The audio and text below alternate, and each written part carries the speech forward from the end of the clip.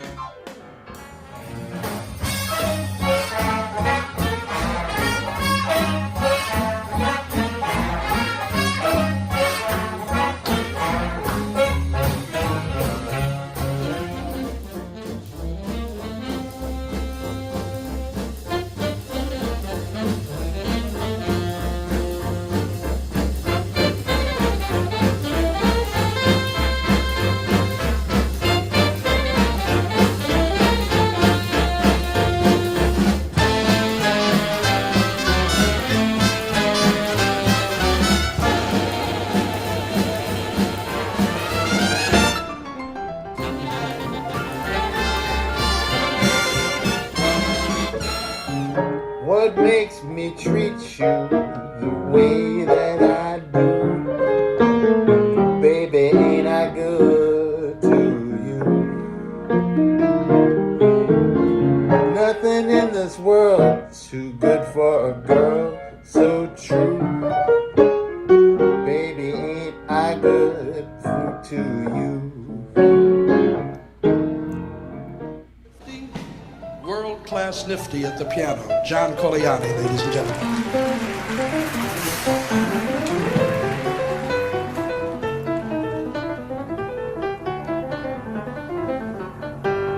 That sounds suspiciously like Johann Sebastian Bach. How I love Johann Sebastian Bach. Johann Sebastian Bach, Johann Sebastian Bach. Let's do a little more of J.S. Bach.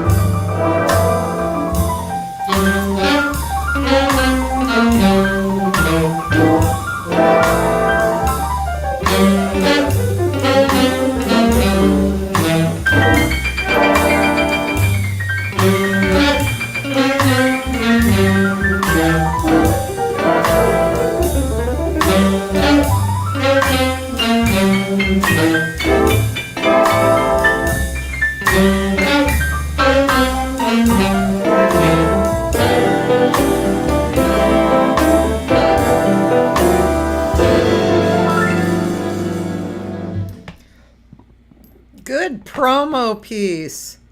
Thanks. John Colianni is my guest today. Hello, John. Hi, Yeah. Cathy. Thank you for having me. Oh yeah, thank you for being my guest. Yeah, John and I just met, and I'm very happy about that. It's so amazing. Who is across the planet, isn't it? I'll say, Yeah. and how close we really are, and didn't even realize it. Yeah, it's really interesting. Yeah. And of course, we probably know a million people the same too, right? We probably Sure. have lots of mutual friends. So you were telling me that you have lived around the East Coast area for a long time, and you live in Philly now. Did you move just a few years ago also when you bought the house? Yes, it was the spring of 2019, and I had been living on the cliffs of the Hudson River, right across from Manhattan in North Jersey, in Weehawken. Yeah. And like a lot of musicians, Cathy, we find ourselves in these pricey areas of the nation, and we become renters, And I had resolved to eventually buy my own house, or maybe a couple of them. So I finally took that plunge in 2019, and I'm glad I did do that. Yeah, I know a lot of people who are doing that. Actually, one of my dear friends, a great pianist named Stefan Oberhoff, who he's lived here for a long time. He's originally from Germany, Mhm. and he's had a really good career, but he's rented for years and years, and he had a studio in the back, small studio, and much to my dismay, he said, I'm moving to Nashville," which a lot of my friends have done. Moving to Nashville, bought a house, building a studio. Really? You're moving to Nashville? Well,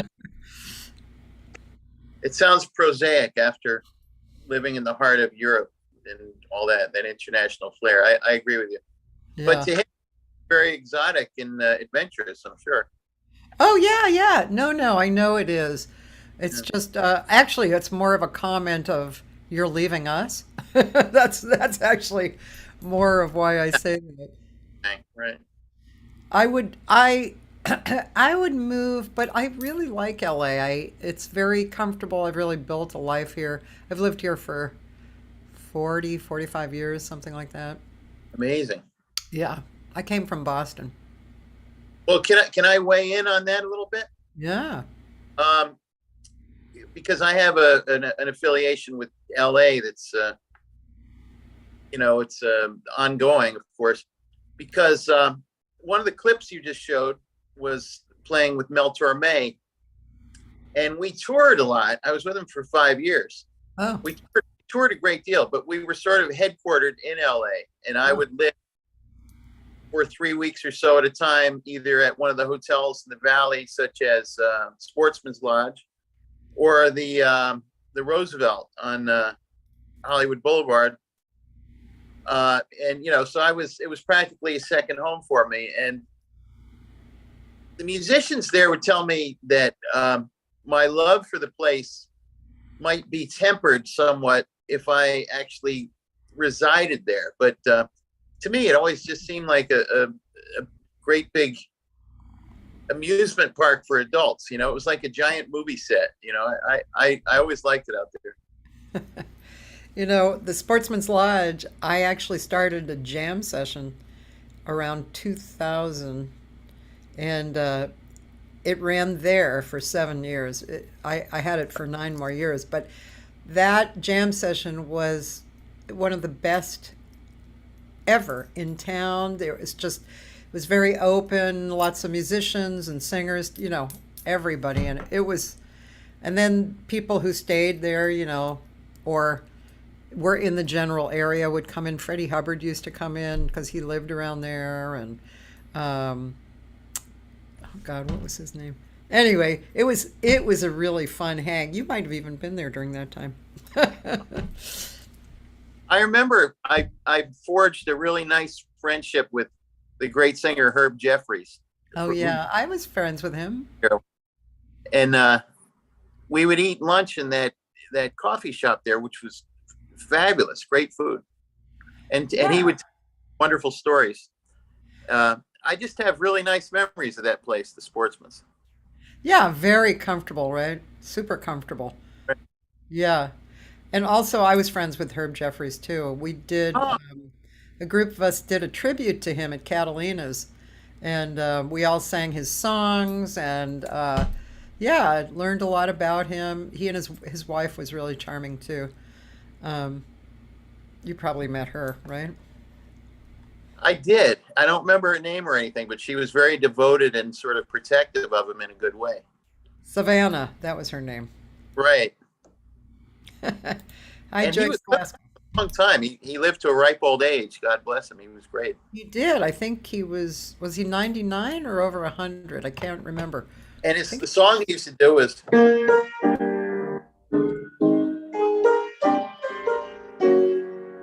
you know, hit on that song, Flamingo. yeah. And Recorded that song in Ellington. yeah, what was so interesting was early Hollywood, when they involved him in Hollywood, he was like the black cowboy and he wasn't black. Right. He was telling me that. He said he was of mixed race. Yeah.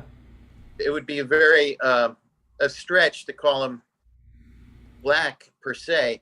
And he said he was known in the movies as the Bronze Buckaroo. He would make Yes. like westerns like Roy Rogers, but race, as they called it, race westerns. Yeah. Yeah, really interesting stuff.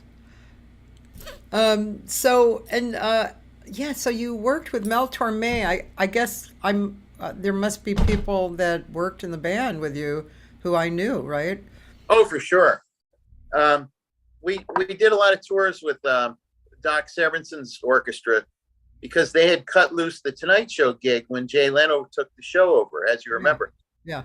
Had those fellas with us, like Snooky Young and Bill Perkins and Bob Cooper and all those great players. Connie Condoli, I uh, loved him.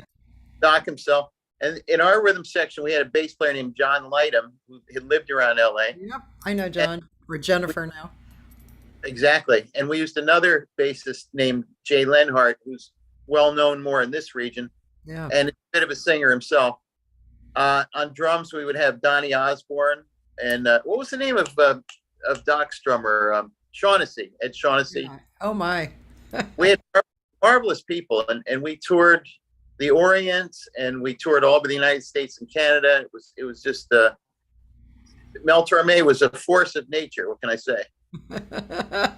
Yeah.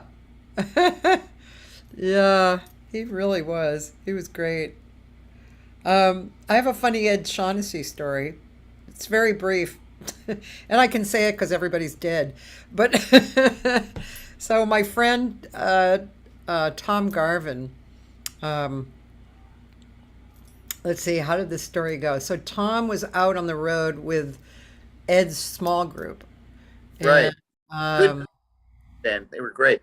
yeah, and so one night he decided to walk back to the hotel instead of driving with the guys. And Tom normally was in the very back of the van, and so he got to the hotel, and the band, not Ed, but the rest of the band was having a bite in the restaurant. So he went in, and one of the guys said, "Yeah, Tom, it was nice. But it was nice on the way back that Ed was talking about how well you were playing." And Tom said, "Well, I wasn't in the van." And they said, "Yeah, we didn't have the heart to tell Ed that." Apparently, Ed was a big talker. You know, He was talked a lot. a storyteller. He was great, and he used to chant. I think in the Buddhist vein, Oh, yeah. solo. It was pretty amazing. I had some experience doing that You knew Larry Coryell, right? The guitar Sure. player. Yep. I was in his trio for about a year and a half, and we did a couple of albums and a little touring. And he introduced me to that world of Buddhist chanting, and we used to do it together. Like he had, I'm very naive in that, but he would coach me on how to do it, and it was so interesting. Right before a set, it would bring out colors, and it would sort of serve to loosen certain inhibitions or reservations. It was quite amazing.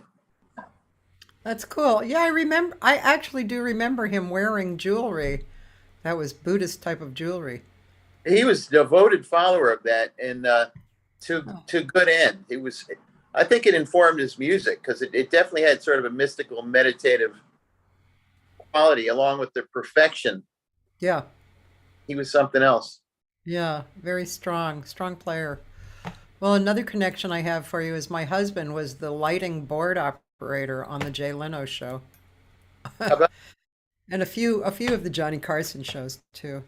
But yeah, and Doc, that period was when I had already been here. I moved here in 77, 76, something like that. And I was a waitress at Dante's Jazz Club. So all of those guys, that was the heavy duty period of all those guys hanging out, you know, really, that was one of my favorite periods probably. I can weigh in again about that club you just mentioned, if it's okay. Yeah. In 1986, at the ripe age of 20, I had a little album deal with Concord, and that's a West Coast label, as you know. Yeah. In those days, it was in Northern California. Anyway, they brought me to LA to publicize my first album, Southern California. Yeah. Booked some gigs for me while I was there. And a couple of them were we did 1 or 2 nights at Dante's. And I'm sure you knew the musicians. They were a couple of real stalwart LA regulars. A drummer named Jimmy Smith. Yeah, absolutely. Yeah. He moved to Japan for a long time too. And a bassist named Chuck Berghoff. Yeah, yeah, I was gonna say, couldn't you get anybody good? No, Chuck Berghoff he's definitely a favorite. It was Yeah. remarkable. And we're in there playing, and I'm just this youngster, getting started. And we had Wow. Ray Bryant and Freddie Hubbard. He came in. Ah, And I knew Freddie a little bit because I had been playing in Lionel Hampton's band back to high school days. oh, And he did a couple of tours with us. And we did Carnegie with him and stuff like that. So he came to give me encouragement. He was the nicest guy. He wore an ascot. He was quite the David Niven of jazz, I would call him. wow, that's cool. That's really nice. Yeah. Yeah, that sounds like a really burning band, actually. I thought we were great. Yeah, that's cool. That's great. Um, and so, yeah, let's chat about the Lionel Hampton thing. So you got into that band when you were young, right? I did. I was, my family, we had just moved from Maryland, which is where I grew up. I grew up in Silver Spring, Maryland, which is, as you know, it's a suburb of DC. And I went to prep school, and it was a great existence. And then we moved to the Jersey Shore when I was still in high school. And Lionel Hampton was appearing for a New Year's Eve gig. And I was like 3 or 4 years underage, but I put a suit on and went to see the show. And I didn't even have a ticket or anything. And one of the boys in the band was this tenor player and arranger from Charles Mingus' band. And he was Thelonious Monk's sax player for a while, Paul Jeffrey. And he saw me standing in the wings. And he says, Gates, this is what we called Lionel Hampton, Gates. That was his nickname. He says, hey, Gates, this kid, I've been trying to recruit him to go to Rutgers and to join the McDonald's High School All-Star Band. You should give him a listen. So as it turned out, he was getting rid of his piano player at that time for whatever reason.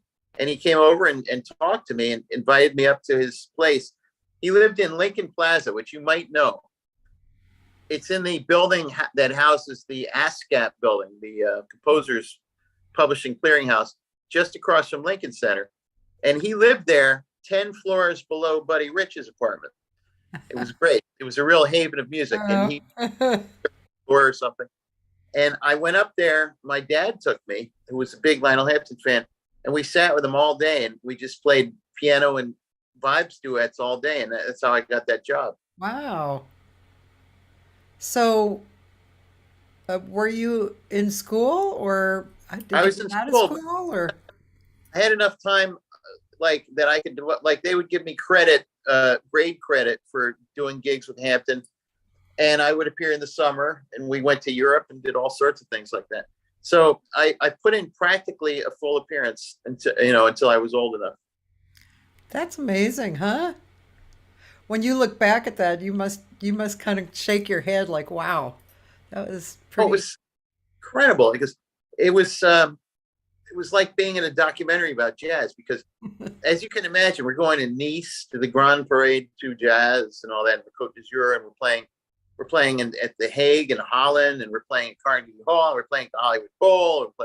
It's just on and on, and every legend who, because he was sort of in an emeritus situation by that time. He was an honored, deacon of jazz by that time, and they were pairing him up with every all-star you can think of. So one time we were at a rehearsal for a gig at Avery Fisher Hall, which is in Lincoln Center Concert Hall, and on the bill with us for this particular gig was Phil Woods, Clark Terry, Stan Getz, and Sonny Stitt.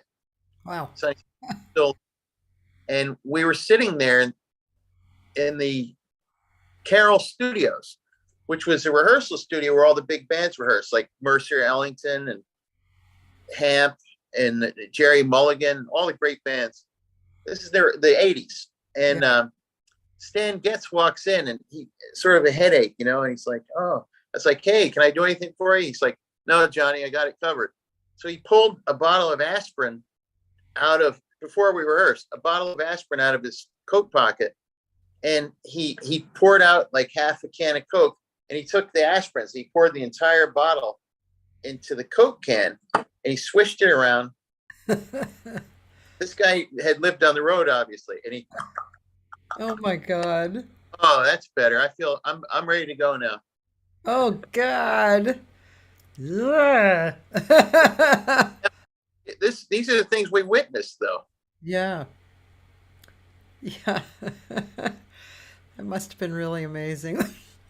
First of It, all, to be around those guys, to play the music, to, to be part of it, to be seeing the places where you were going and visiting and experiencing the audiences, and well, just yeah, oh, it was remarkable. Yeah, really makes you, you know, adds to your basic personality, doesn't it? it does. It's a tremendous area of musical scholarship, because playing in a big band like that, you have a lot of duties as a pianist to fulfill. And as a youngster, you learn how to do them, or else Yeah. soloing, soloists playing parts. And I loved every minute of it, but it was hard work. Yeah. And that obviously was a huge part of your musical comfortable comfortableness. I mean, that's probably part of why you love big band writing, right? Right. A lot of my musical purview is, based on that time, for sure. That was that foundational experience definitely soaked into my musical soul and psyche, and it's informed everything. In a Yeah. great, Wow, that's really cool. When did you start writing for big band? Did was it after Hamp, or was it during no, Hamp? during that period, I kept playing all these arrangements, and I said, I have enough training. I could write an arrangement. So I took the plunge.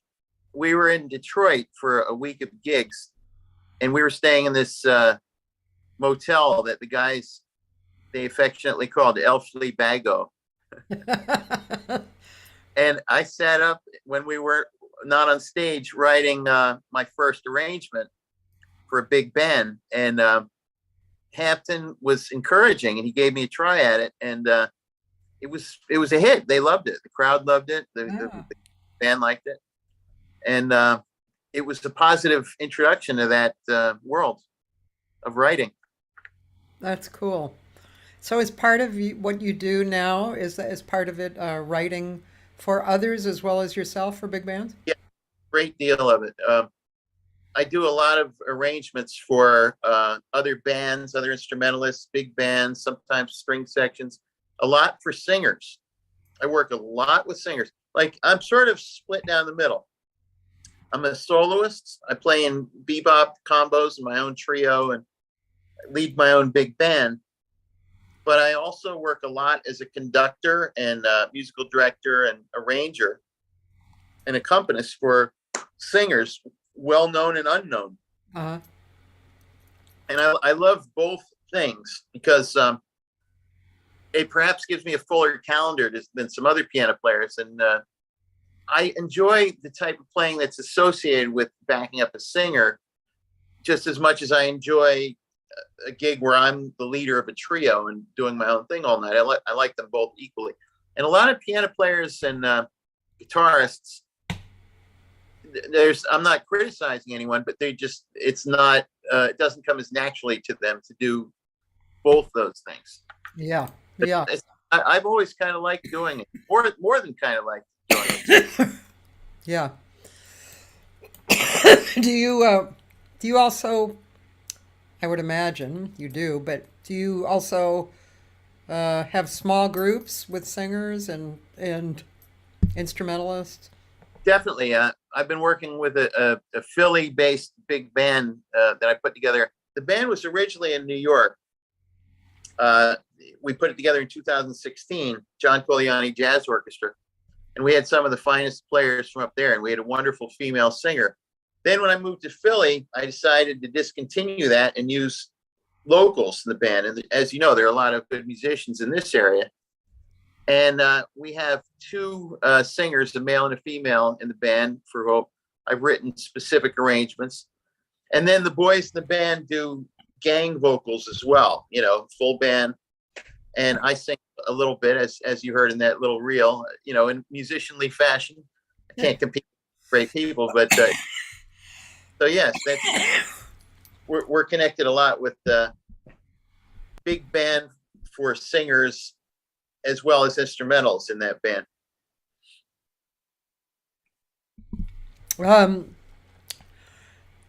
That's cool. I'm just getting an image of all of this in my mind.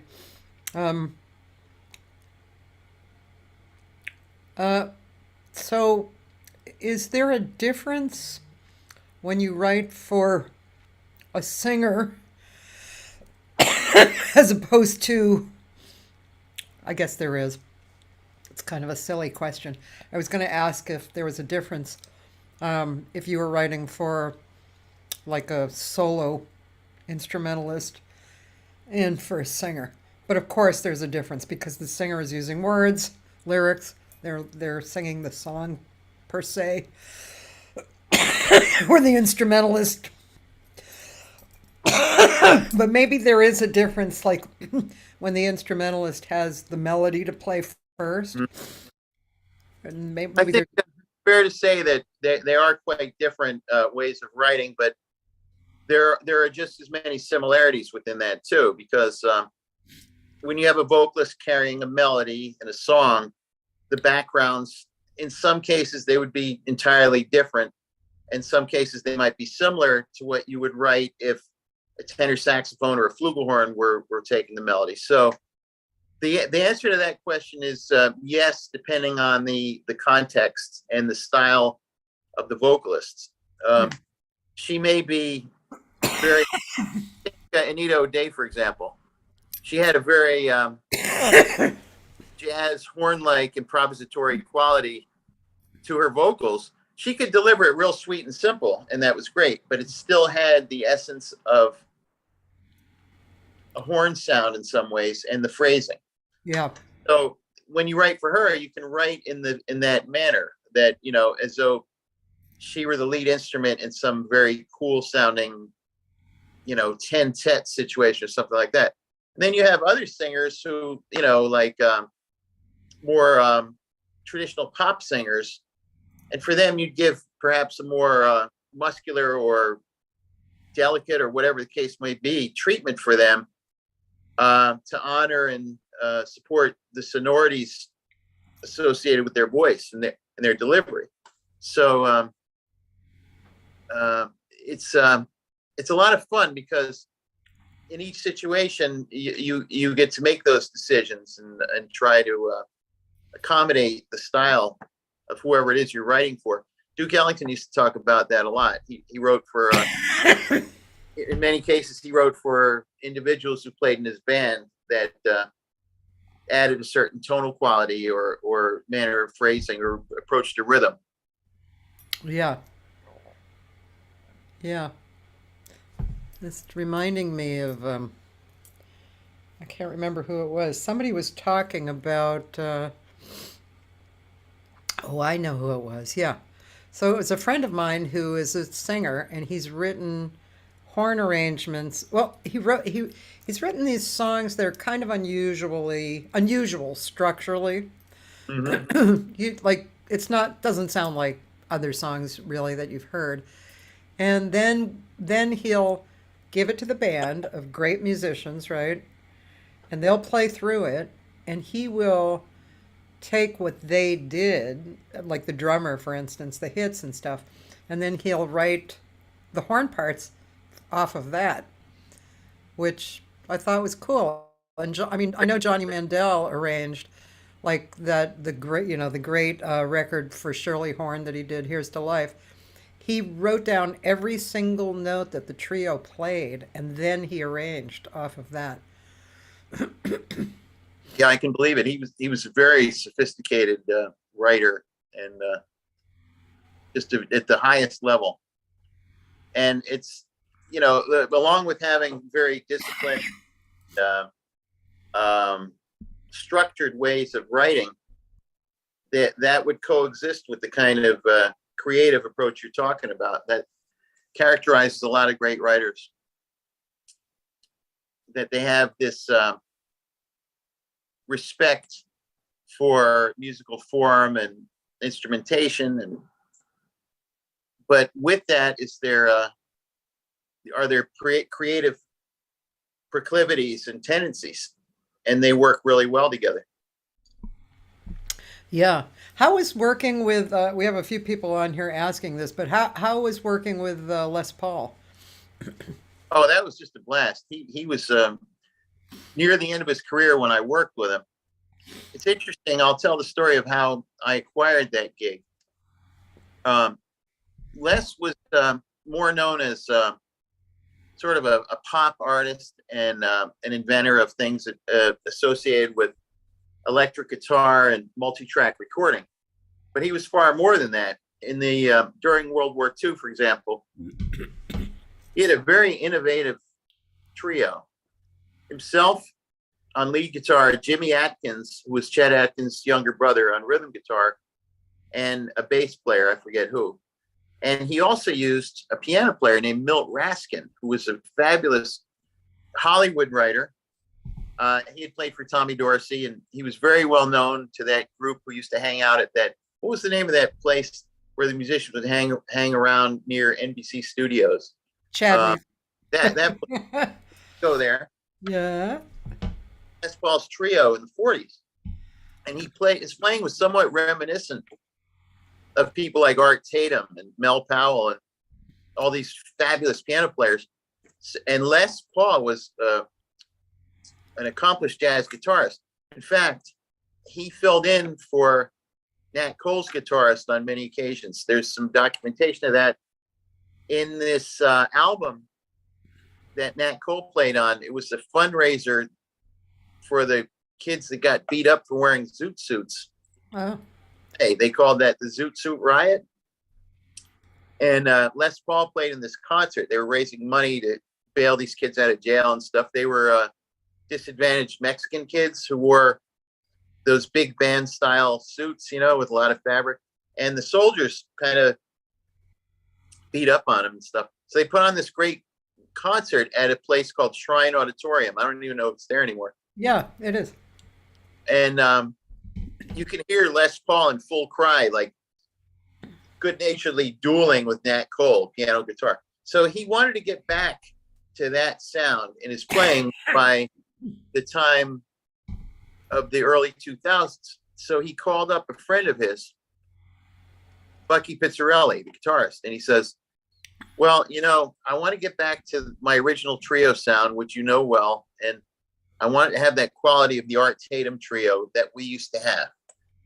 So who would you recommend? He's like, well, try this guy, John Colianni, I think he'll be all right. So that was it. I got the call, and later that very evening, no audition or anything, I got the job. And you saw a little example of that. Even though by that time his hands had withered with arthritis and stuff, still played great in the comping sense. Like he had a very fierce rhythm and beautiful sound he would get. He used to stay or get to the gig early and keep refining his electric guitar sound, working with the sound man. He had that kind of dedication to it. Very serious musician, but also a very funny guy on stage. And whether he used the time to rest his hands or whatever, he would just have everyone enthralled and laughing heartily. He would just take any situation and turn it on its head. He could have been a professional comedian. Excellent. Wow. I love guitar and guitar players. I just always felt like they have this universe. You can be talking to them while they're practicing, but they're in the guitar universe. Very much. Yeah, there was a really wonderful guitar player, kind of similar in renounced and thinking, Ted Green. Did you know Ted Green at all? I've heard the name. Yeah, he was here, and he played like oh gosh, the name just slipped out of my head. George Van Epps, kind of, like the bass, the chords, and the melody all at once. And he was very detailed. He couldn't say white without saying black. He was he wouldn't just say it's a shuffle. He would never just say that. He would tell you exactly what kind of shuffle, and then you would know exactly what he had intended. He taught like famous people and not famous people. His lessons were like $12. He had like a waiting list, and all that stuff. And yeah, and I sang with him, and he was a wonderful person too. He was a really great person. People loved him. Yeah. Oh, my friend Dan is posting various things on you. Let's see, a video with Mel Tormey in '94. That was the Pick Yourself Up, which I guess you took some of your PR from that one, right? Because that was Pick Yourself Up. I struck that create that reel. That was done by the record label that I'm with now. But they did a great job. Yeah, they did. Then there's one with Tony Corrao, Where or When. Oh, Tony Corrao. Yeah, he's a very good singer. And also one with your big band with a singer doing Remember. Nice. Yeah, Jamie Ray Brandhover. She's marvelous. I think that's from a gig we did at the Cutting Room a few years back. Yeah, we could listen to one of those. No problem. My friend Roland, who's a guitarist, is asking if you're familiar with Tatiana Para or Yun Sun Na. Are you familiar with those names? No, it sounds like a Thai gourmet dish or something. Tatiana Para is Brazilian and Yun Sun Na is Korean. And they're both very intricately great vocalists, more I would say more modern, and able to sing anything, without lyrics, the whole thing. they can definitely be partly that. Yeah, which should we listen to? The Mel Tormey or the Tony Correo or the Remember? Let's listen to Remember, Irving Berlin ballad. Okay. Nice version of it.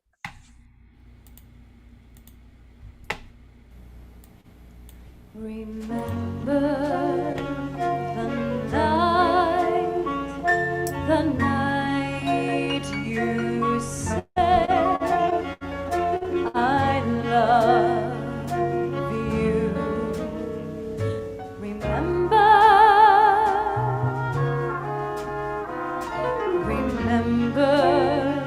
you swore by all the stars above you.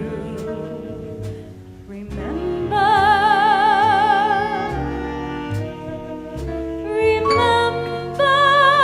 we found a lonely spot, and after I learned to care a lot, you promised that you'd forget me not, but you forgot to remember.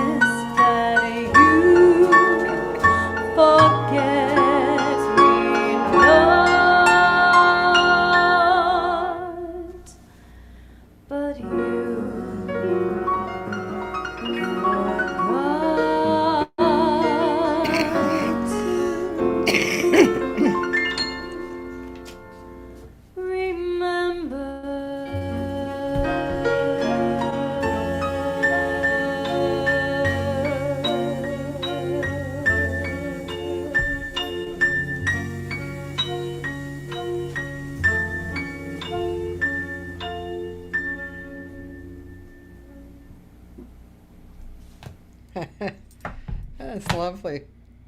Thank you. It's funny, I can't even remember the name, but the other night I couldn't sleep, and I woke up, went into the music room, and I opened up my old screwed up real book because it's been used so much. And I opened up to I think it was called Could It Be You? It's a Cole Porter song that I wasn't at all familiar with. Do you know that song? I've heard it, but I can't remember. Yeah, it's Bob. Wrote it Could great. it be you? Could it be you? The one I've waited for. It's I was playing through it and I was like, "Oh my God, this is so Yeah. beautiful." It's amazing how, it's I amazing. thought the song that Cole Porter wrote for some Broadway show, and the song was dropped from the show, but a couple of bands recorded it, and I'm just like, I can't believe this song didn't make the grade. Great, it's the greatest thing I ever heard.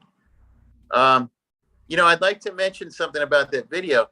Jazz fans would recognize a few of the people on there. Do you remember the album, the tribute to Billy Strayhorn on his death, called His Mother Called Him Bill? It was Yeah. Ellington. Well, the drummer was the drummer from that album. We had him. His name is Steve Little. Wow. That's and a few others. What's that? The big tall Dan Levinson was on there, the sax clarinet player, and on trumpet taking the solo was Philip Harper, who's well known to jazz fans. We had a few well known people on there.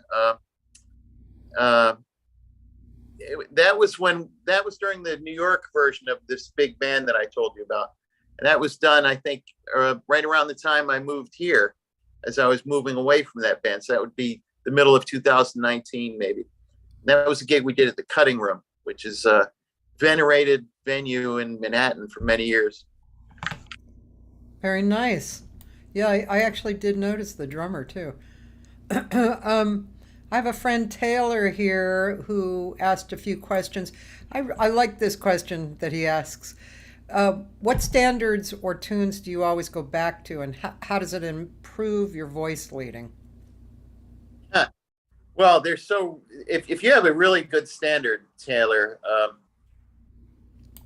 one of the keys to it is how beautifully constructed they usually are, even by basically autodidact, self-taught songsmiths like Irving Berlin.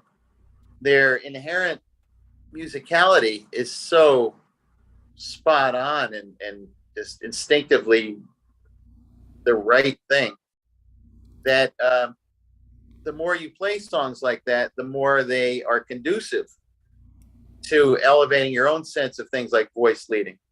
And so something like the Michel Legrand tune, What Are You Doing the Rest of Your Life? Hmm. It's like,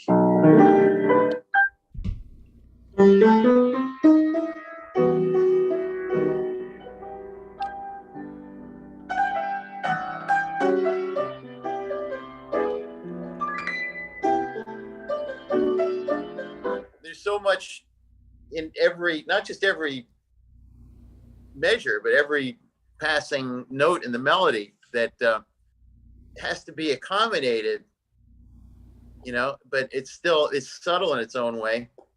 Yeah. And it involves a lot of attention to voice leading and knowing how to shift chordally and passing tones and all those sorts of things.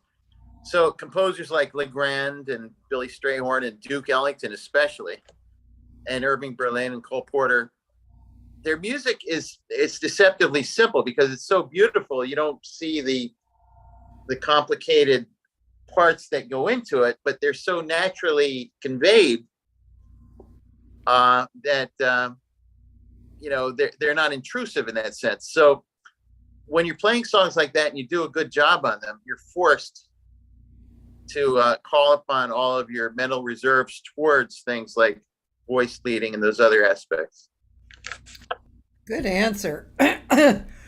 Yeah, I mean, to me, that's kind of one of the joys of singing standards, certain standards especially. I mean, but all songs, of course.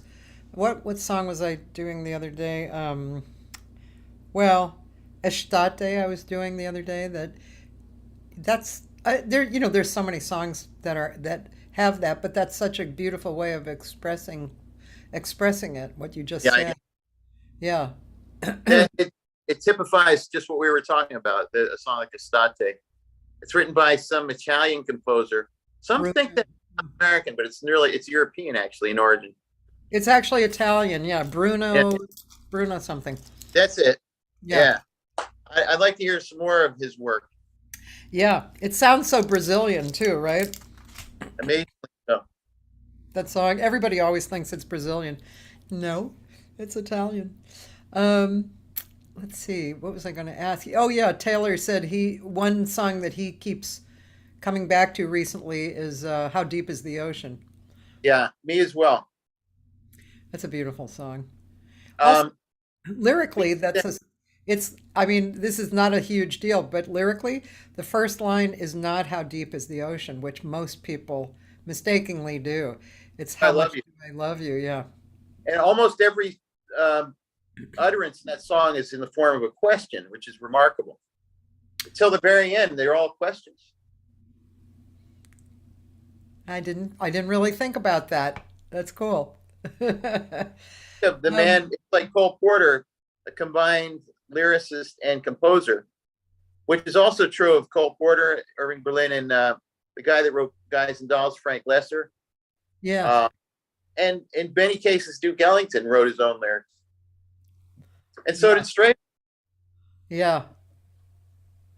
Yeah, you know that song, let's see. I think Duke used to, at the end of every session, he would play one of Billy Strayhorn's ballads.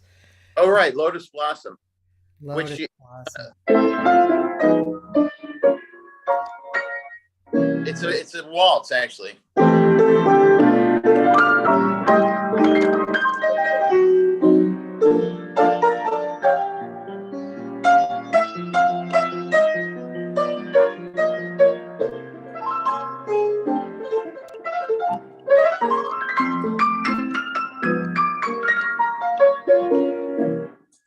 That sounded great. Yeah, but at the time, tell Taylor we're full of reminiscences and all that, but we're here to focus on me and not the greats of the past. No, I'm only kidding. That was cute, John. We could tell you really meant that. Um, he does have another question. He has great questions, but this is actually a very nice question too. Something I got from Alan Baylock at UNT. He studies in North Texas. Was as an arranger, you're mainly trying not to overwrite what is a good composition. In your own methods of orchestration, how do you work on staying true to your creative elements when you write a chart? Well, that's because that would have to be sort of a constant in your approach. You know, I think that would apply to anything you put pen to. Yeah, It would have to be. yeah. Now, somebody who looks like he knows you, Gary Powder. Gary Powder, very good vocalist from New York, Oh, hey, and Gary. he's a guy that sings a lot of standards, and he does them authentically. Quite good. Cool. He posted a favorite of his, Blue Skies. Blue Sky. Maybe we'll look at that one. And Daryl Winsman, 6 saxophones. He loves it because he's a saxophone player. Let's see. Daryl would like to know, oh no, Gary would like to know which Tormey tunes are memorable to you. Right. Okay. Well, we just mentioned Frank Lesser a minute ago, right? Yeah. Mel had, and I don't know if Gary knows this, and if Gary doesn't have the album with this on it, he should get it. Mel did the Guys and Dolls medley to end all Guys and Dolls medleys. We did what must have been at least a dozen songs in like 3.5 minutes. And you really get a sense of every song, you know? It's a great arrangement, but he does Sit Down, You're Rocking the Boat and Luck Be, no, he doesn't do Luck Be a Lady. He does I've Never Been in Love Before. Yeah. That's great. But I forgot Gary's question now. Oh, Mel Tormey, great songs, right? So, well, gee, that's tough because there are so many that meant so much to so many people, myself included. Uh, I love the way he did his own composition, the Christmas song. I could never get enough of that. And every year I would ask Mel, I'd say, how did you do this year with royalties? And he explained to me, maybe I'm talking out of school a little bit here. He explained to me that he owned maybe a little less than half of the song. There was a lyricist named Bob Wells who wrote the song with him, the Christmas song. He wrote it in 1945. And Nat King Cole made it popular. So Mel was indebted to him for, increasing his wealth 1,000-fold. But he would say to me, well, this Christmas, we didn't do as well as last year. My share was only 900,000. Then it was 1.4 million, like that. And this was in the 90s.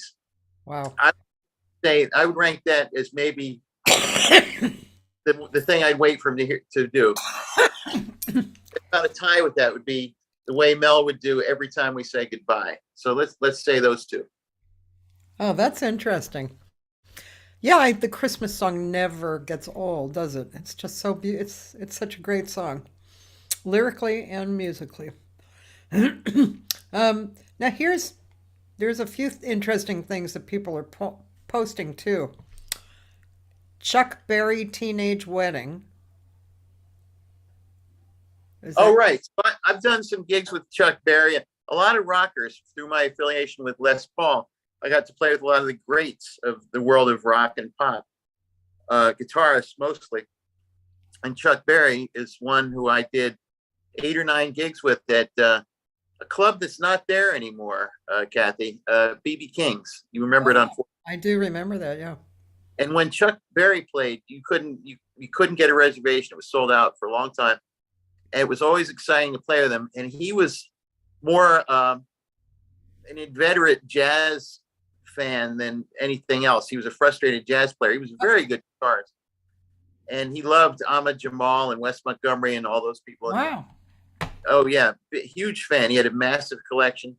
Yeah. And had the pleasure of playing with him. And so, there's a film of me doing various songs with him at some BB King's gigs. And that's probably what is Let's in watch question. just a little because it's pretty interesting. I don't know anybody else who did that. It was a teenage wedding, and the old folks wished them well.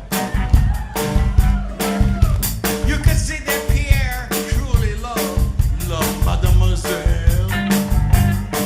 Now that the young Monsieur and Madame had rung the chapel bell,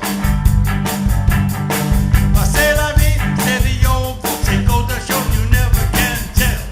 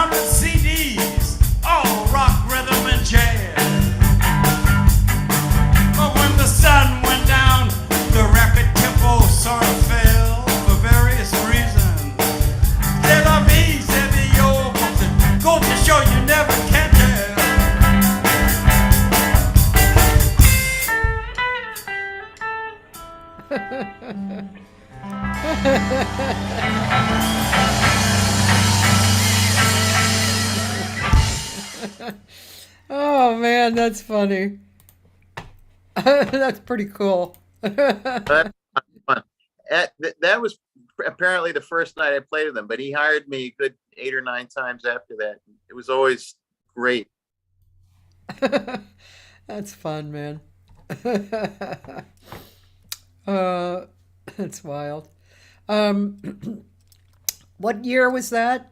That's around 2009, I guess, 2010. Okay, there you go, Judy. Judy Figel would wanted to know. Figel, something. Oh, Like she's a jazz pop singer from um,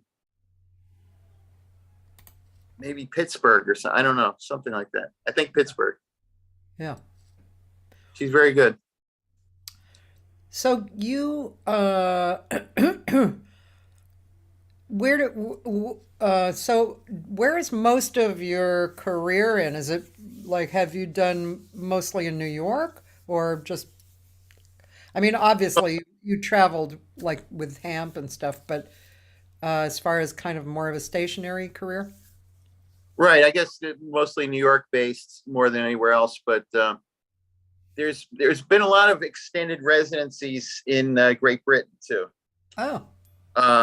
Various clubs and stuff, and I'd have long stands there. There's a club in Belgravia, which is Buckingham Palace Road. It's called the Boysdale. It's a very well-known jazz venue, and I've played there as long as 4 and 5 weeks at a time. This jazz critic, there's this British jazz magazine. I'll show you a picture of the cover. Aha. And the guy that wrote the article, I was coming over there so much. I guess I built up a nice following there. He called me a Brit by absorption. Wow.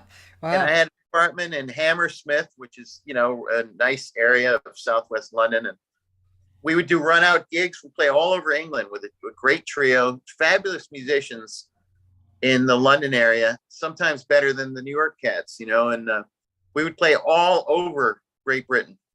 And we play in Scotland and festivals like the Edinburgh Festival.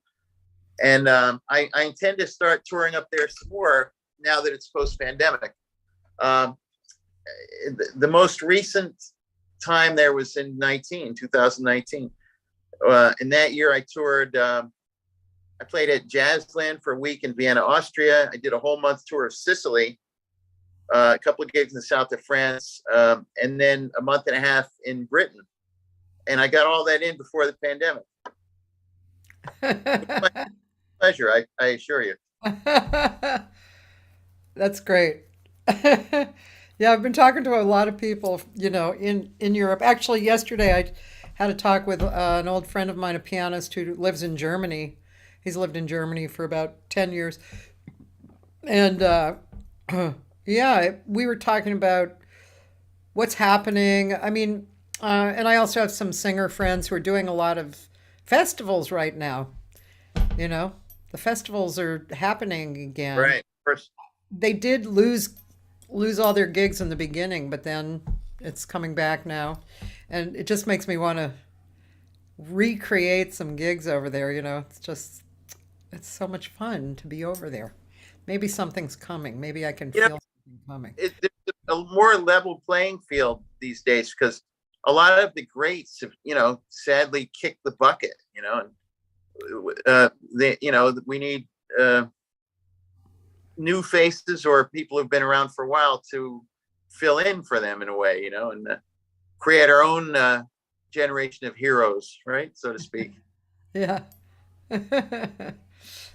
Oh, Judy is in Pittsburgh. She said Judy Feigl. Yeah.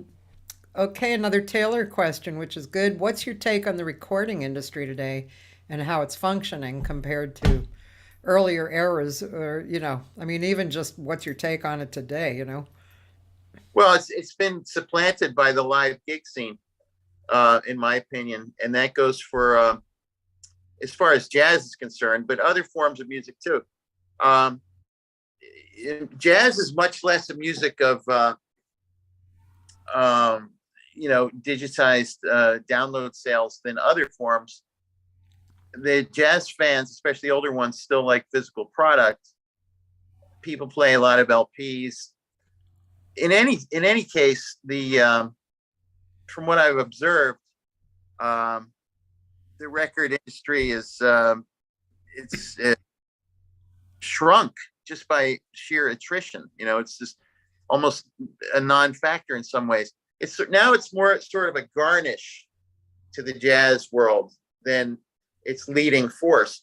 Back when I was coming up with Lionel Hampton and stuff like that, it was all about the record industry. If you had a record on Concord or Columbia or whatever, you were hot stuff for a while and you'd get the bookings. They had dedicated publicity offices within their rosters, these record labels. And you had a groom artists and very much along the models of how pop labels would work. But that, in pop and in jazz, it's shrunk a lot. It's still there. It's still important, but it's nowhere nearly as significant as it was. And what's taken the place of that are very clever presenters and producers who put on performances of great singers. And they've done a much better job, I think, with presenting pop and jazz singers than they have instrumental music. Classical music has suffered a lot for the demise of the record industry, and I'll tell you why. It's starting to rely too much on great concepts and ideas, but what end up being corny gimmicks. Yeah. Like certain type of performer that they'll key in on, and it becomes more of a casino lounge act or something than a classical music performance. And that's a shame, because one of the great attractions of classical music in the days of in the great days of the BBC and whatnot were the more forbidding aspects of it. It was a little stuck up, and that's why you liked it. It was something forbidden in a rarefied way. And I think they're trying so hard to meet with the commendable social directions of that have affected every area of life, that it's sort of tamped down the quality. There's a lot in classical music. I see a lot of pairing up of artists that could not possibly have an affinity for each other, as great as they might be, within one rehearsal and one meeting. But it's sort of a soccer match cheering section for the audience, just to see them walk out. This is true in every facet of the music industry. I think there's a lot of giving of awards and a lot of all-star meetings and for the first time ever kinds of things. But those things aren't necessarily going to add to the staying power of why the music appeals and attracts every successive new generation. It's more for people who want to cheer for their favorites and stuff like that. That's fine. But the music has taken a hit for all of that, I think. Yeah. What I see a lot of here in LA is more modern jazz. A lot of musicians are moving from New York to LA. And like some of the young lion type of guys, and it's been for quite a while, I think, like this. There was a club here called the Blue Whale, which actually a student of mine created, and it ran for 10 years, and it was internationally known, and with international musicians coming in, and mostly modern stuff. And so that stopped during the pandemic, closed. But before the pandemic, it had been like 10 years. And but I see that when I think about what's being played and what the audiences who I know are going out to see, it's a lot of that.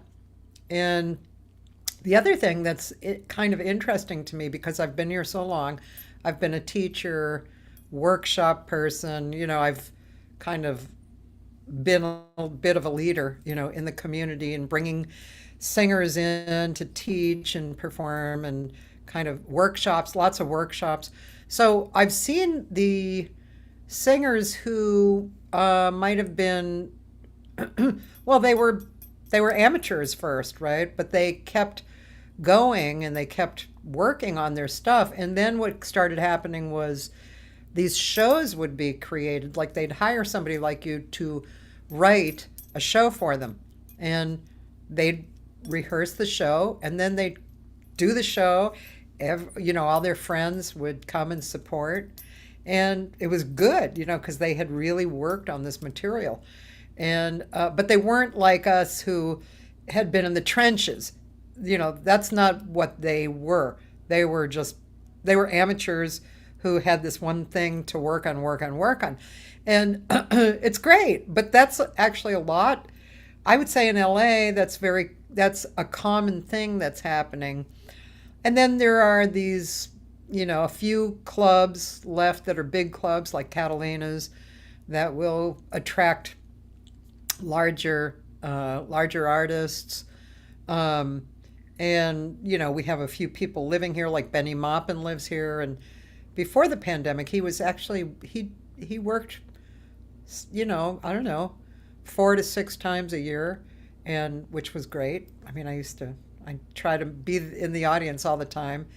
But the modern thing, I think that is the leading force of what's happening here in LA right now. Hmm. It's a, Well, Cathy, I play fairly frequently at, I guess it would be the epicenter of the modern scene in New York. It's Smalls. oh And yeah, there with what we do is we're the featured act, but at the end we sort of run it like a clinic, and we allow the youngsters to sit in. They come in with their horns and stuff, and there's some piano players too and singers. yeah, And going to Manhattan School of Music and Juilliard and Lincoln Center and all that, and Yeah. they're there to test their metal and all that, and yeah. be the new modern lights of jazz and all that. But what I found it's interesting about that is there's sort of a pushback against that, because not a pushback. There isn't any calculated pushback. But what I'm seeing, I think you'll find this interesting, Cathy, in New York anyway. What we would call modern jazz isn't as modern as it's supposed to be. Like, you still have soloists transcribing recorded solos and things like that of records that were made 65, 70 years ago. I think we've come up to a time where people instinctively sort of realized that anything that was good in jazz or had an enduring appeal or presented a challenge to the listener as a high form of music from any of its eras, such a new art form that it's all modern in a sense. It's like equally modern. Like to me, the Benny Goodman Trio with Teddy Wilson, I'm flabbergasted by the level of technique and inventiveness these guys. So one era isn't any more modern than the other, but I think the sort of the jazz education institutionalization of the music took a page from the jazz critic script, which wanted to kind of codify the eras of jazz and make it into sort of a movie script. And that's all fine. I think it makes it easier for fans to understand it. But there's a lot of misreading of what is modern, what is not modern. Anyway, that brings us back to this discussion. We play the session at Smalls, and some of the musicians who sit in are brilliant, and then some are just dreadful and shouldn't really play at all. But it doesn't matter, they're there to get a chance. But more than anything, they're playing just standards. They're calling standards and blowing on them. I don't think that is the case in LA as much. There's sort of an obsession with this Wayne Shorter era of music. That's great. I love that music. I play it. I grew up playing it, and I have no problem with it. But it's not inventive to play it anymore because it's played so much that I think even the composers of those types of music are, they're at a loss. It's like that stuff was innovative when it was played and it was fresh, but it's so lionized and deified to almost a point of removing all oxygen from the room. Players get, I think that's sort of a linchpin of jazz education, but it might be dying of its own accord. In any case, there's a lot of moving towards standards. That standards seem to endure a little more than other types of music at times. So I actually was talking about this with somebody yesterday. What makes a standard? What actually? Yeah, the term standard? What makes a standard? Well, to me, it's something that was composed roughly in that era of those composers within that school of composers. That's what qualifies it as a standard. It's like any other musical movement, like Les Six was a classical music movement.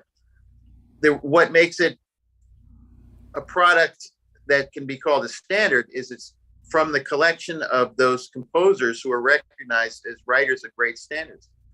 And there's more than people realize. Not everyone has heard of like Herman Hupfeld, who wrote As Time Goes By, but he wrote some other good tunes too. So he belongs there too. But in my estimation, a standard of whatever level of greatness it is, or it might even be a mediocre one, belongs on the list of standards because it was written by someone from that pool of musical artists or composers. Yeah. So okay. So you're actually saying the that particular area. I mean, I've heard people say standards include things like "What are you doing the rest of your life?" Which was to me later than the Great American Songbook. Well, the eras and styles overlap in a lot of ways, but when you're talking about an overlap from like 1930 to 1960, we're in 2022 now, so those spans become less significant. And jazz critics, they like to categorize things into 5-year movements, like they're so revolutionary. I think evolutionary, not even evolutionary, just coexisting or new styles come about, new ways of doing things. But there's no like singular innovation that suddenly turned jazz upside its head and made everything else ridiculous. That was sort of the message, though, and I can get with that because it's supposed to be something that's always new and creative. It's just that some of the developments haven't panned out or delivered the promise that the earlier eras did. And that's why maybe it's just sort of a living form, but its greatness has already been established. Yeah. What would you call some of the stuff that we grew up with from the funk and pop era, that like in the 70s? Would you call those funk and pop standards, or, No. I would call them, popular songs, which is standards are a part of popular songs, and it's another category of popular songs. But a lot of that music is great, I mean, really, really good and superior to a lot of what people qualify as jazz in some cases, not always. And some of it was dreadful. It's like anything else. But the musicality of some of those performers will never be elucidated or detailed in the way that those works of jazz performers are. You know what I mean? Because you listen to some old Santana record or something. There's a lot of stuff happening, but it's not covered in the musically journalistic sense in the same way. So I don't know, that might be part of what keeps it fresh and interesting. Is it's not stifled by the over discussions that take place in jazz a lot.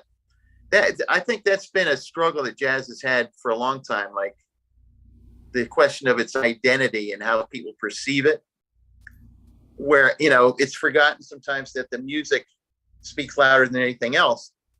And Duke Ellington once said, you know, I'm glad to answer your questions. He said to some interviewer, asking really hard questions about some extended work. And he said, and I can give you a lot of answers. He said, but in the end, such talk stinks up the room. And I knew what he meant when he said that. Yeah, sure. I understand that too. Let's see. What was I going to say? Oh, yeah. My friend posted your big band doing Peter Gabriel in Your Eyes. Oh, right. Yeah. So now you chose. Why did you choose that song? Were you paid to choose that song, or did you do that yourself? I selected it. I think, you know, when I was a kid, I heard it on the radio a lot, and I like to adapt certain pop rock songs to jazz that are compatible, and that's one of them, for sure. It's got this kind of, you know, it's that kind of suspended very nicely too throughout the piece. There's this sort of suspended harmonic pattern that works very nicely against the melody. I like it too. Yeah. People have given us a lot of praise for that arrangement, by the way. Well, we have to hear it. I actually recorded it on this record I'm finishing up, Social Anthems Volume 2. I picked songs from the 60s and 70s and 80s that I liked, and you know. Yeah, it was fun, and that I was just listening to the band last night so I could make some choices, but it is a really nice song. I love Sting also, so I always pick Sting songs too. Let's listen to the Peter Gabriel one.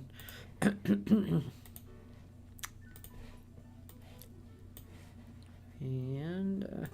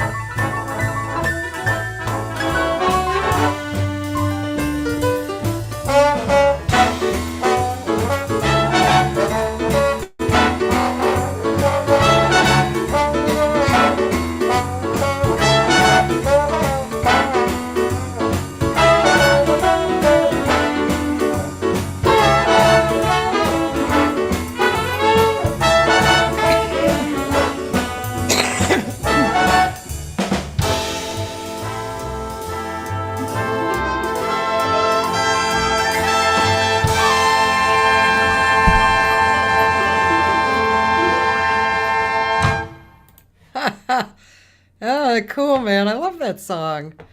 That's a I want great to comment about that. That trombone plunger, funky trombone solo you heard. That was Yeah. by one of the world's great famous trombonists. That I'm sure you've heard of him, Art Baron. You And know, I Art, have not heard of him, but that was a great solo. well, he was with during the last couple of years of Ellington's band. He was one of the few white musicians in Ellington's band too. He played with them. I think he was with Charles Mingus too for a while. But anyway, that's Art Baron on trombone. And apparently, there's one of you and your dad playing together at his 90th. Yeah, I've seen that. That's a lot of fun.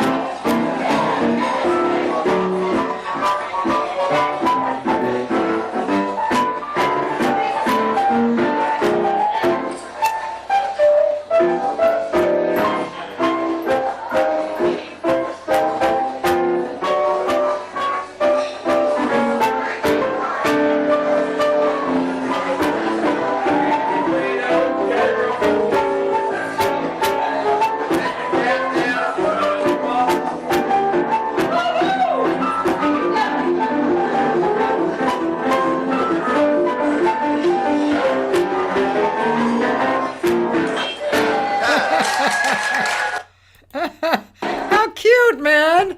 You know, that was a club. It's still there actually on 7th Avenue in the neighborhood like of the Village Vanguard. It's called the Garage.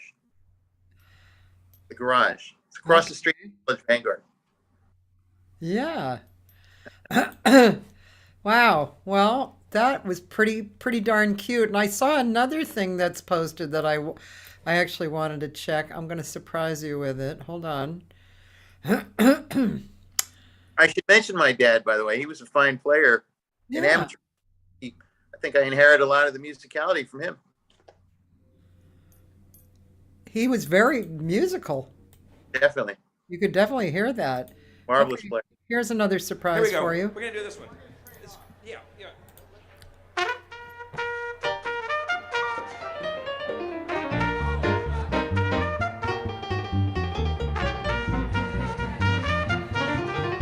Are you still there? Yeah. Oh, I don't think I shared the screen yet.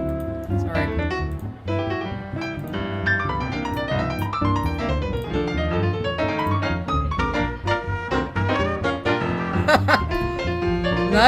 Nice band.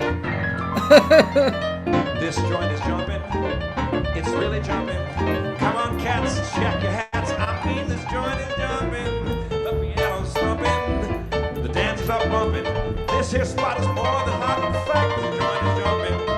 Check your weapons at the door. Make sure to pay a quarter. Cut a rug on the floor. Grab anybody's daughter.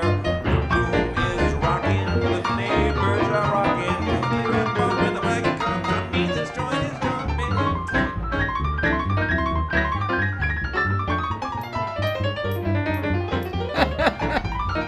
Oh.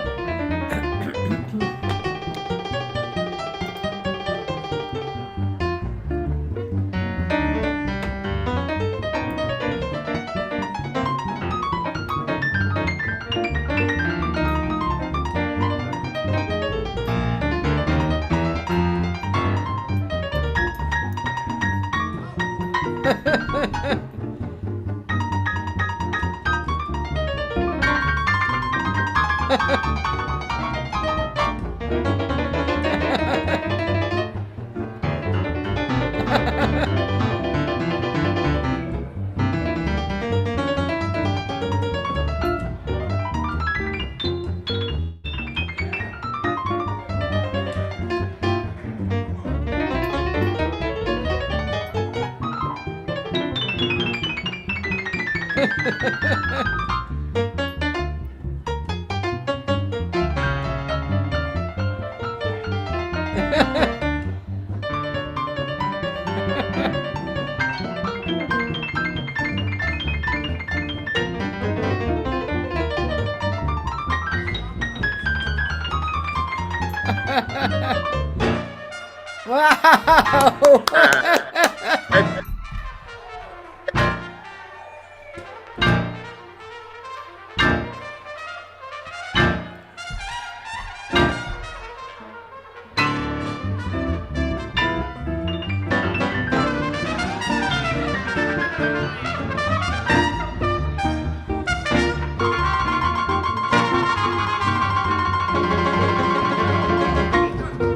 Woo.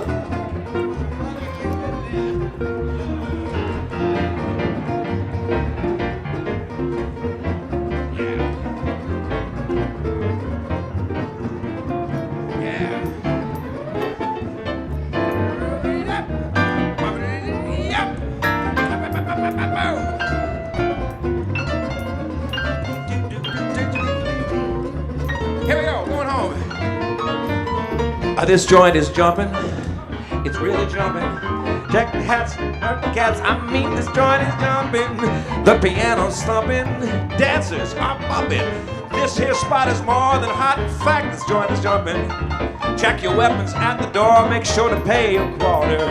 Cut a rug on the floor, back anybody's daughter. The room is rocking. The neighbors are knocking. We're all bummed when the wagon comes. I mean, this joint is jumping. We're all bummed when the wagon comes. I mean, this joint is jumping. We're all bummed when the wagon comes. I mean, this joint is jumping. Yeah.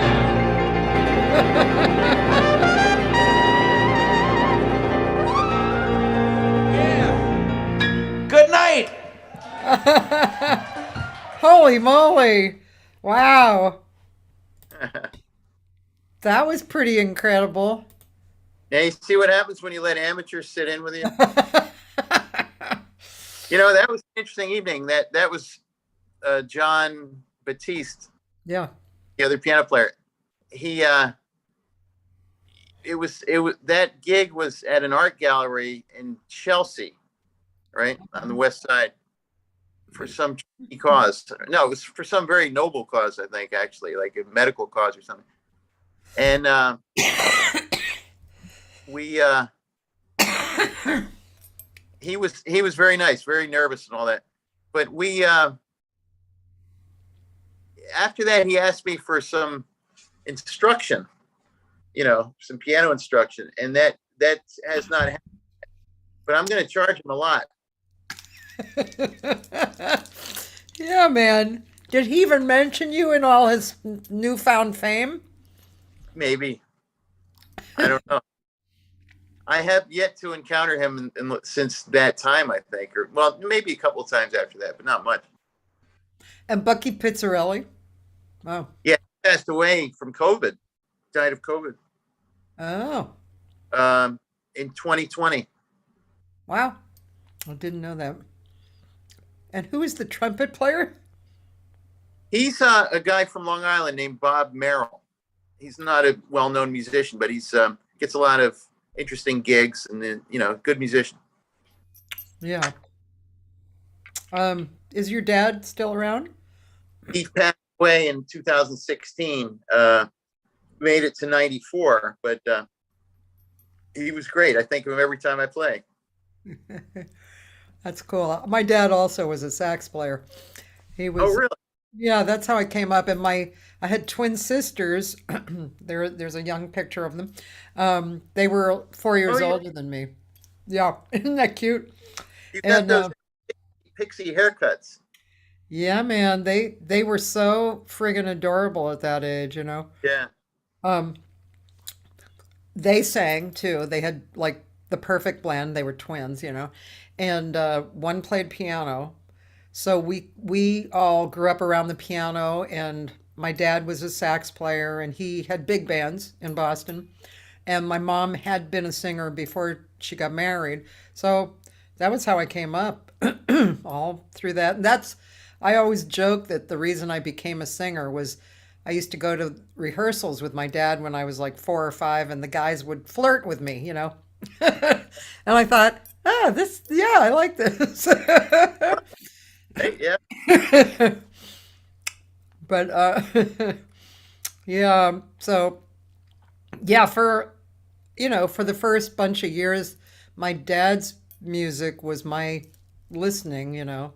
So he was into big bands, Stan Kenton, and he had Ella records, and he didn't have a huge amount of singers actually. It was Ella, Judy Garland, the High Lows, the Four Freshmen, Hmm. Rosemary Clooney, Frank Sinatra. And you know, it was not a huge vocalist collection. It was not till I was older that I heard Carmen Mcrae and Sarah Vaughan. I didn't even hear them. Or I think Billie Holiday too. So, but Rosemary, especially for her phrasing, was amazing. Oh And yeah. Ella was, Ella, just gorgeous Ella. I crossed paths with both. Well, I played a few gigs with Rosemary towards the end of her career, and she would between songs she would take oxygen. Her lungs were badly affected. She had a lifelong smoking habit. Oh, She sang great, but it took her. It really took a lot out of her to sing. And I oh, got to do gigs for her, filling in for her piano player. I think it was John Otto. You might have remember him. He oh, was in LA. I played with Woody Herman a lot. Then Ella. Now I'll tell you about my encounters with Ella Fitzgerald. When I was with Mel Tormey, they did a few gigs in tandem. You couldn't say one was the opening act. It wasn't like that. yeah. But they were on the same charity event, whatever it was. And right before the time that she had diabetic amputations done, Yeah. which a lot of people don't know, she was with us. And even she wasn't that old, but she was, kind of wizened by disease. She was frail. Yeah. By standards, she wasn't old at all, but she seemed very, very old, and she Uh-huh. was not in the least. She was in her mid-70s, maybe. Hey, that's nothing.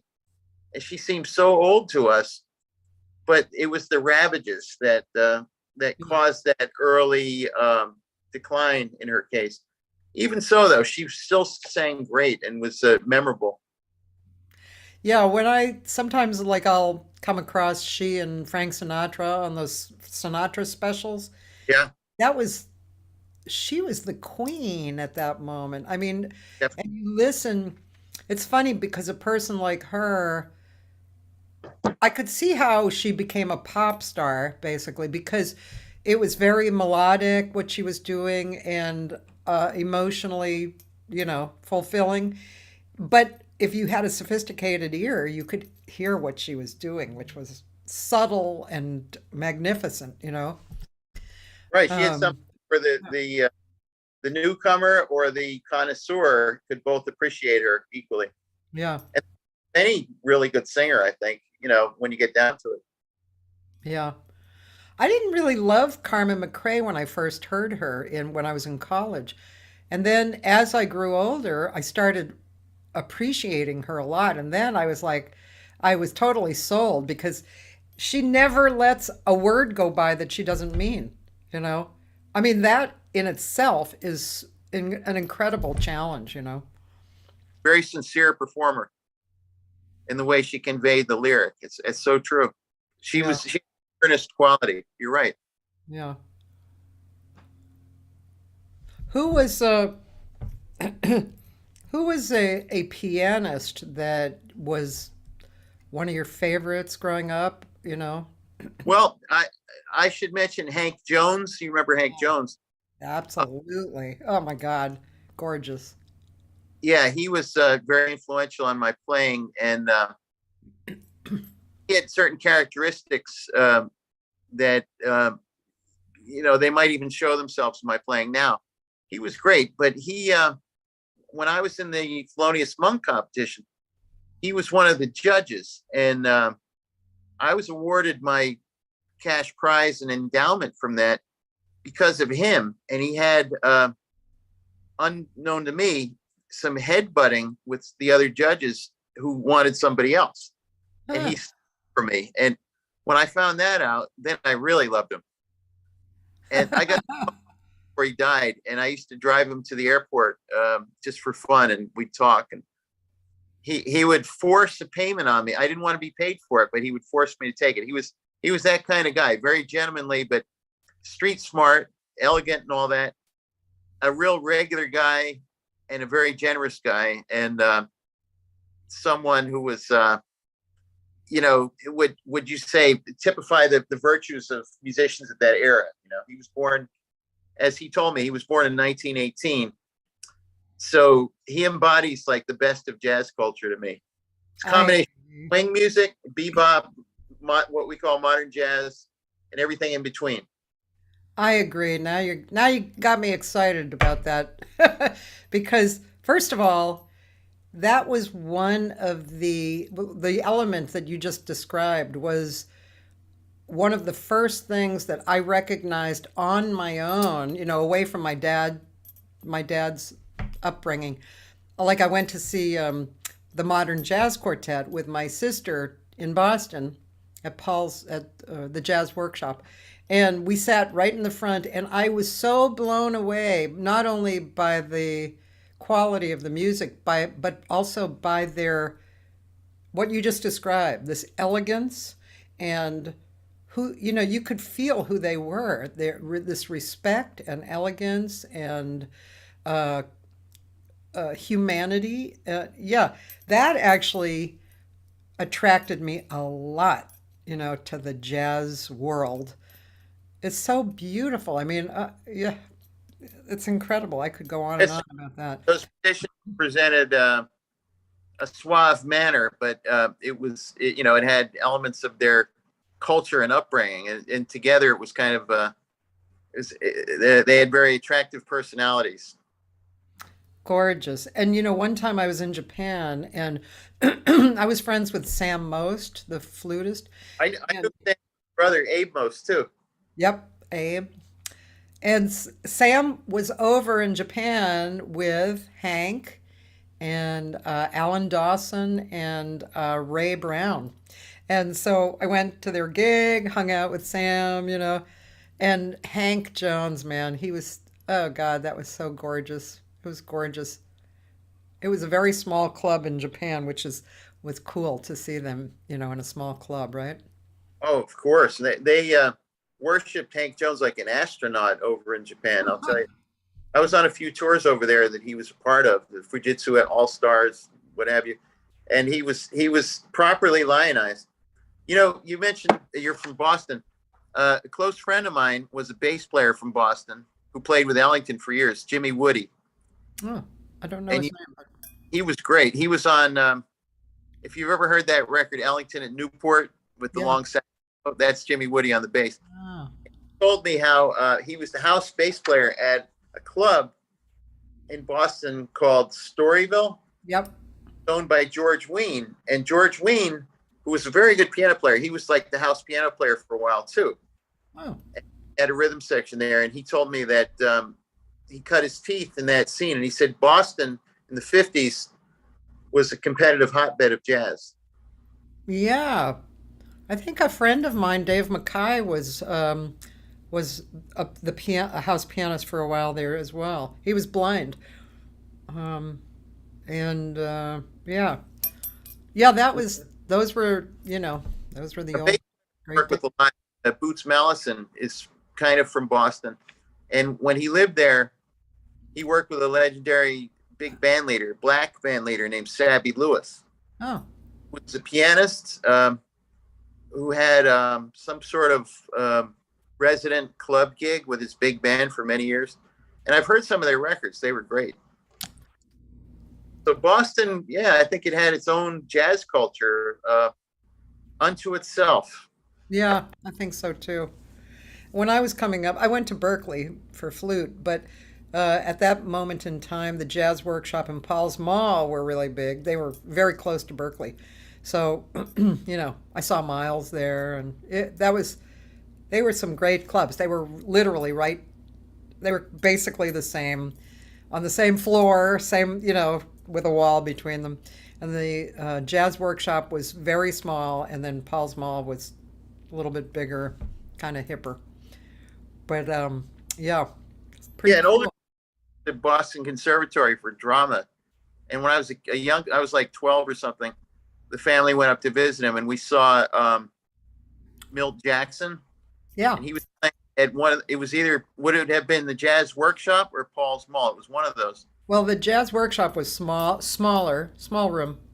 I think that was it. It was a small room, and it was hard to get in. There were a lot of people.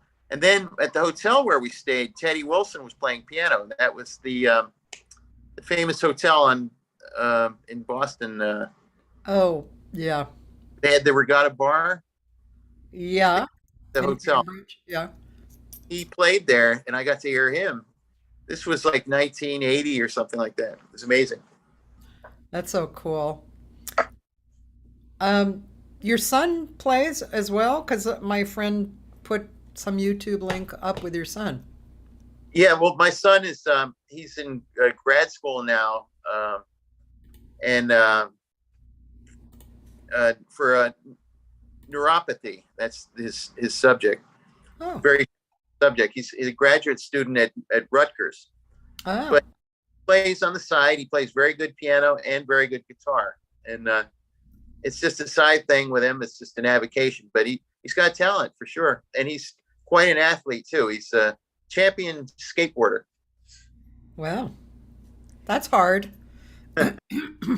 He's got the bruises to show it.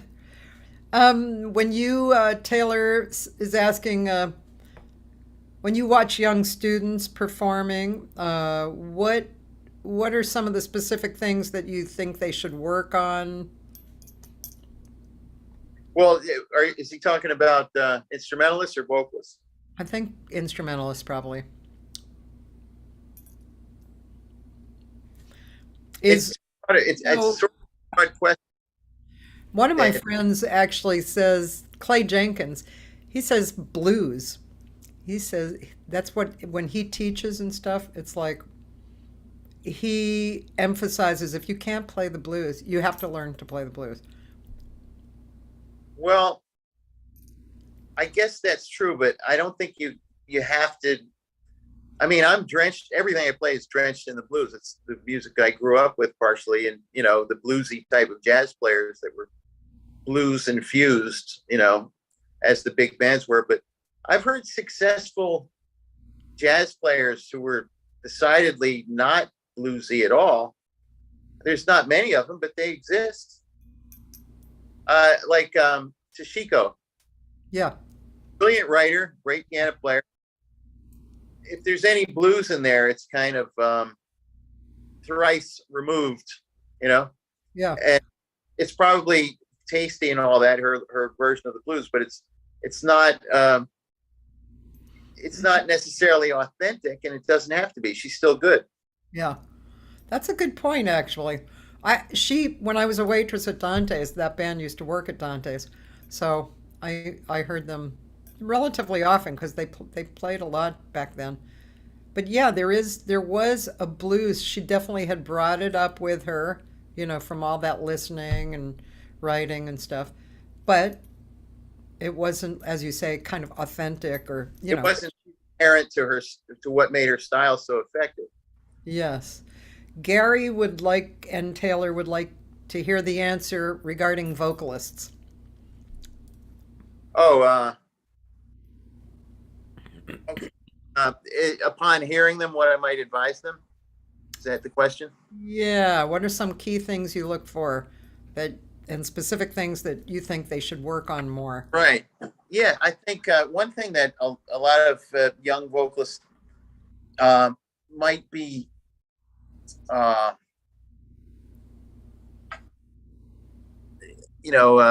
of a jazz vocal program at a university or conservatory, and sometimes in their interpretations, some basic things might be a little bit left to the side. So one thing specifically that I can mention is it's often good, not always, but often, in my opinion, when you have a good song, whether it's a jazz original, standard, bluesy number, you're covering a rock tune, whatever it is. It's often a good idea, in my opinion, to give a fairly straightforward reading in the first go through of it, the first chorus of it, shall we say. That would mean that you deliver more or less to the sheet music specifications, the way the composer wrote the song, with a clear enunciation of the lyrics. And I think it's, even for someone who would consider herself to be, or himself, to be the supreme jazz vocalist, who's, can extemporize to an amazing degree and has all this spontaneity and emotive power in the jazz sense. Even if they settle for doing that, and they wouldn't be settling, they'd actually be notching up what they do by delivering the melody and the lyric faithfully in the first chorus of the song, because even when they just do that, enough of their own characteristics will still emerge to make that their own performance that they can claim. So even if you don't have to make it stiff or formalized or overly reverential to deliver a melody in a way that still allows the poignancy of your style to come out. I didn't know what time it was, then I met you. You can do that without jazzing up every phrase or, jiving up the lyrics. And it's interesting because Sinatra is a great example of someone who did mess around with melodies a lot, and he put in crazy words. But what these performers who might copy him or Ella a lot don't realize is they're not recognizing the moments when they actually deliver the melody in that fairly plain spoken fashion, because all the elegance and all the power of their saying will still come through, I think. So that's something to look for in singers. How well do they deliver the initial message of the song at the beginning of the song? Sometimes the audience hearing the song, it might be the first time they've ever heard it. And I've heard singers who just make a complete hash of the melody and lyrics, even if they're doing great, great stuff. The person who heard it doesn't have any idea of what that song actually sounds like. I would tend to agree with that. And it's challenging as a singer. I don't think singing is an easy instrument. I think it's actually quite challenging. Yeah, there's so much that a singer has to be accomplished at. And also, I wanted to add in that many times, if you sing the melody, and again, like you say, you don't have to be stiff, and you don't have to sing exactly what's on the page as far as rhythms go, because sure enough, the composer did not write it like that. They put it down on paper, and especially in those days, they put the song very simply down on paper, so you would really know what it was. Nowadays, they write the singer's stylizing on paper, for the charts. It's kind of kooky. But what I was going to say was the accompanist can make a huge world of difference when you're singing simply the beautiful melody, and the accompanist is. That's very true. I mean, said. Yeah, I sang with Ross Tompkins, who was with the Tonight Show band. I knew Ross, very marvelous player. Yeah, incredible. And when I sang pretty much the melody throughout that whole record, and he did his Ross thing, and it was gorgeous. I sang with the guitarist Joe DiOrio, pretty much like that. Wonderful player. I'm yeah. alive, but he was an unsung hero of guitar for me. He was great. Wasn't he? He was amazing. Yeah, so that's part of the beauty again of singing this music. Can you imagine singing with Hank Jones? Oh my God, I'd be probably die and go to heaven, Just gorgeous stuff. And Ella, good accompanist. She had in later years she had Paul Smith, who was Paul wonderful, Smith, and yeah. before that, Tommy Flanagan, who was equally good, and they were very different players. Hmm. How so? Well, Paul Smith was a virtuosic, overwhelmingly, Strong. chops filled, strong player. Of course, he could play any dynamic and all that, but he tended to play in a very assertive, strong fashion, even when he was pulled back and sensitive. Whereas Tommy Flanagan is his playing was the essence of jazz, but it was from the perspective of the gentle, pristine souls of jazz piano. And so you had these two sort of polar opposites, and they were both at what they did. But they both complimented her because I saw her numerous times, or at least have heard things she's done with both pianists, and they're equally effective. Yeah. The interaction that works so well brings out her magic as well. And a lot of times she will give that first chorus nice and straight, and it's all Ella all the way. Yep. She did stuff with it must have been Duke or Count. It was Duke, right? She did She she did must some have done. very records, and she recorded a lot with Oscar Peterson as well, who was a great partner for her. Wonderful. Yeah, that's amazing. Yeah, it's really great. Yeah, I I mean, I always try and help my students with especially rubato, you know, how rubato, well, that was something that Ross was super into, rubato. He was with singers. He was really into that. And um, when you're a singer, singing with especially somebody that great, there's this incredibly beautiful give and take.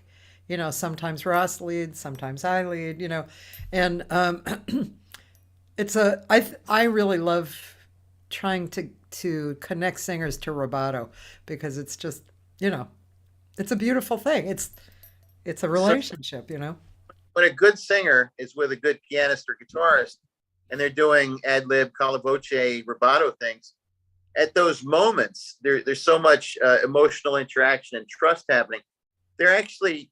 They're closer than any man and wife could ever be for those few moments, because it's the closest thing I might think of might be a real high level of playing sports, where you have that. It's just such minute and exact computation that's beyond thought even. And you have this kind of incredibly reflexive reaction with each other happening with calla voce, rubato type singing, as you're talking about. It's really great. I just did a gig on Sunday that I I actually had that relationship, but with a trio, guitar, bass, drums, and it was like you say, it's closer than man and wife. It's divine. That's all there is to it. It's divine. It's really beautiful. Well, John, it's actually been 2 hours. Went by quick. Didn't it? I had a good time. Thank you for having me. Me too. It's really lovely getting to know you. Likewise. Thank you. I really enjoyed our conversation a lot, and I know people did too. Um, But is there anything you want to tell people on your side to look for, or yeah, you're gonna do? I'll be hearing in concert Saturday with this marvelous band, the Wayne Henderson Sextet. Wayne Henderson is an emerging drummer. He's like the Art Blakey of the 2020s, Oh, and we a lot of terrific combo material. come see us. We're at the New Rochelle, New York Library Concert Hall, and Cool. it's an after concert. So see that. And then I mentioned Smalls before, doing a little gig there on Sunday night, the next night. So a Oh, couple of check out if you want. excellent. Well, on that line, I'm just going to tell people tomorrow I'm going to have a guitar player on, Ron Peters. He's from Seattle, and he's a really beautiful player. I know him very well because when I was in college, I dated him and came out to California with him. So Ah, I'm just saying. hey, And, the chicks. especially By the way, guitar. I'm playing with a very good sax player on Sunday night, Aaron Johnson. You'll like him. You can see us playing online together and stuff. He's quite good. That's at But small. That's Smalls. Okay. yeah, I like your story though. That's funny. And then Thursday through Sunday and into next week, actually, I'll be posting archives. There's Bill Goodwin, Paulinho Garcia, Roberta Donne, Peter Sprague, talking about a great guitar player, and on and on. And for those of you in town in LA, Saturday night, I'll be at the conference room in Playa Vista with Dave Arnay, John Leftwich, and Ron Serfati. And I'll be doing a set and then a jam session as per usual, 6:30 to 9:30. So thanks so much, John. It was real fun. I greatly appreciate our time together. Thank you. And pleasure. I hope we can do it again, and I'd love to come to one of your gigs or maybe even play for you sometime. Me too. That would be really fun. Great. Okay. Bye.